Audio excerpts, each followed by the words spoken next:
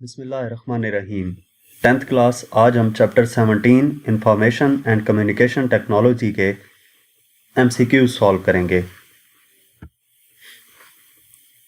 First MCQs है, in computer terminology information means.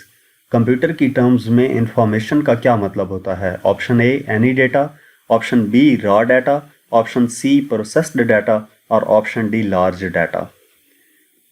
तो हमारे पास जो डाटा है, जो इंफॉर्मेशन है, प्रोसेस्ड डाटा को इंफॉर्मेशन का नाम दिया जाता है। ठीक है, information is created when a data are processed, organized और structured to provide context and meaning. कि उसको डाटा हमारे पास जब प्रोसेस्ड हो तो उसको क्या नाम दिया जाता है इंफॉर्मेशन का?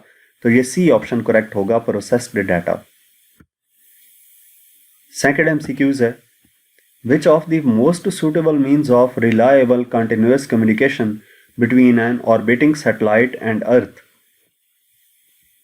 Most suitable means जो है reliable continuous communication का orbiting satellite और Earth के दरमियान वो क्या हो सकता है? माइक्रोवेव्स हैं, रेडियो वेव्स हैं, साउंड वेव्स हैं या एनी लाइट वेव्स हैं। तो मोस्ट सुटेबल मीन्स जो है कम्युनिकेशन का ऑर्बिटिंग सैटेलाइट और अर्थ के दरमियान, अर्थ और सैटेलाइट के दरमियान जो कम्युनिकेशन होती है वो बेसिकली माइक्रोवेव्स की सूरत में होती है, क्योंकि ये एटमॉस्फेयर से इजीली गुजर जाते हैं। तो ए ऑप्शन करेक्ट होगा। नेक्स्ट MCQs नंबर 3 है, the basic operations performed by the computer are arithmetic operations, non arithmetic operations, logical operations और both A and C. Basic operations जो कंप्यूटर परफॉर्म करता है वो basically arithmetic and logic operations होते हैं। तो इस वजह से इसका ए ऑप्शन भी करेक्ट है और सी भी करेक्ट है, यानी कि ए और सी कहाँ पे मौजूद हैं? डी में। तो इसका डी ऑप्शन करेक्ट होगा, बोथ ए एंड सी।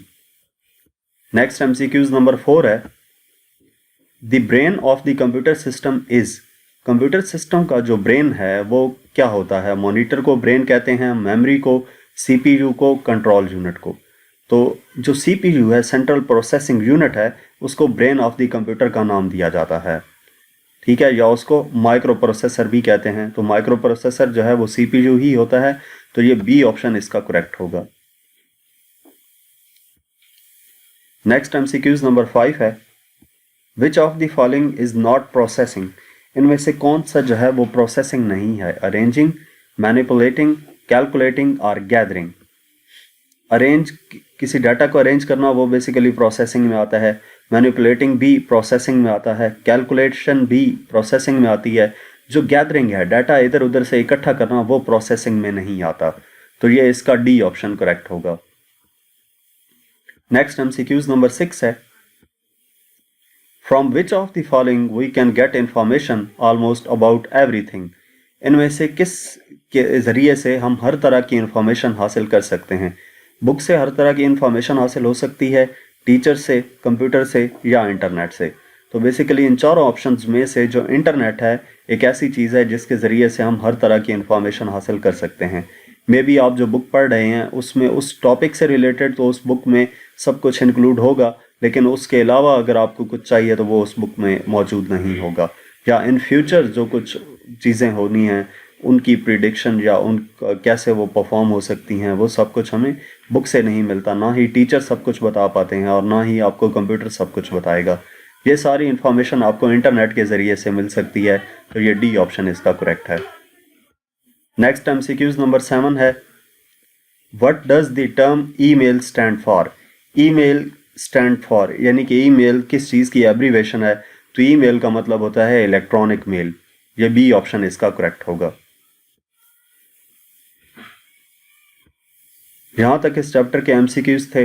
मज़ीद किसी भी चैप्टर की एक्सरसाइज का सोल्यूशन देखने के लिए आप हमारा चैनल विजिट कर सकते हैं।